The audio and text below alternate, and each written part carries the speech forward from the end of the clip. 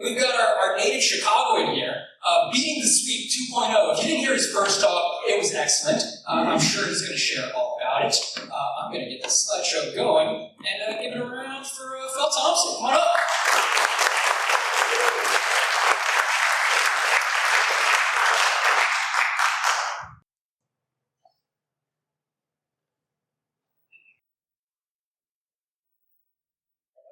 Story in 3 acts.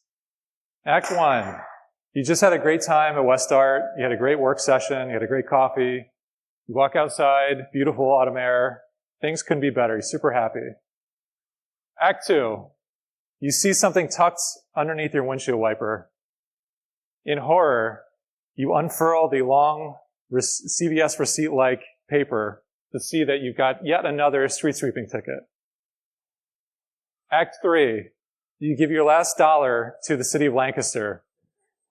You've gotten so many street sweeping tickets that you're completely broke.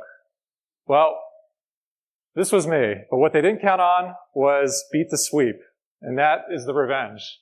Beat the Sweep is a mobile app for people to never pay a street sweeping ticket again. If you were at my talk at TechLancaster in March, you might remember I presented version 1.0. But that had limitations. So it was built with a no-code editor Bubble, which had some quirks to it. It wasn't great. It was a web app only. It wasn't native. And it was only email notifications. And probably the most important thing, the biggest limitation, was that it required that I got street sweeping data, the routes, from the city in order to feed those into the app. And those were really hard to get. They changed. They couldn't be counted on. And even worse, the app would only work in Lancaster. However, thanks to TechLancaster and the people involved, I got some amazing feedback about it. And one person in particular asked a question that made me think. It was Mac Eisenberg, who's a friend. He said, hey, have you considered maybe just having an app so that you just take a picture of a street sweeping sign and then set the notification based off of that?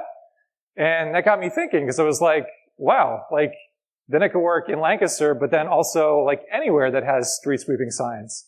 So the user flow is you park your car, then you open the app, take a picture of the street sweeping sign, confirm the reading of the sign using OCR, optical character recognition, and then you get push notifications that are scheduled for your required or the requested notification schedule. So it could be 15 minutes before, 30 minutes before, an hour before.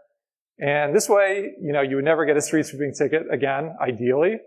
And some of the advantages of this new approach that I took, besides that kind of user flow that's much more natural, is it was built with Flutter. So Flutter is a kind of a cross-platform network, so you could create native mobile apps in both iOS and Android.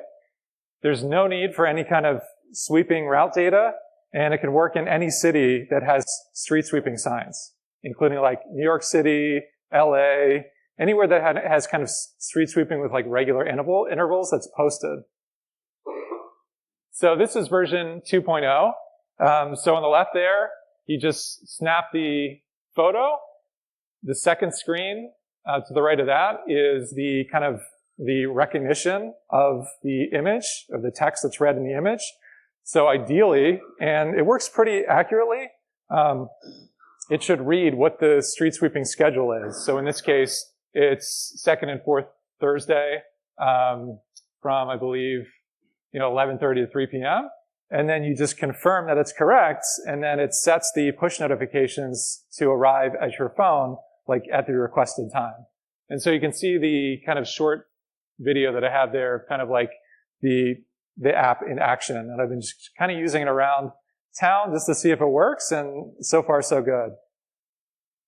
So kind of my key takeaways from all this is just OCR I found like really super interesting. It has just a lot of different potential applications. It's, for people who don't know how it kind of figures into your daily life, it's probably something you might see when you're just like positing a check remotely.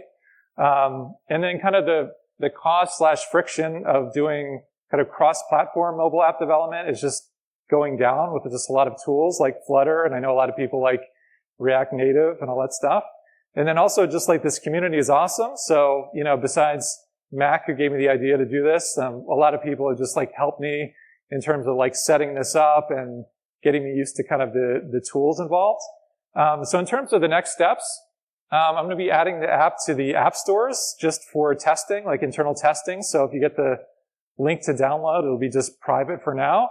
And then if anybody just wants to be added to the list, just let me know or just put it in the Slack channel where the presentation's going to be posted. So thanks very much.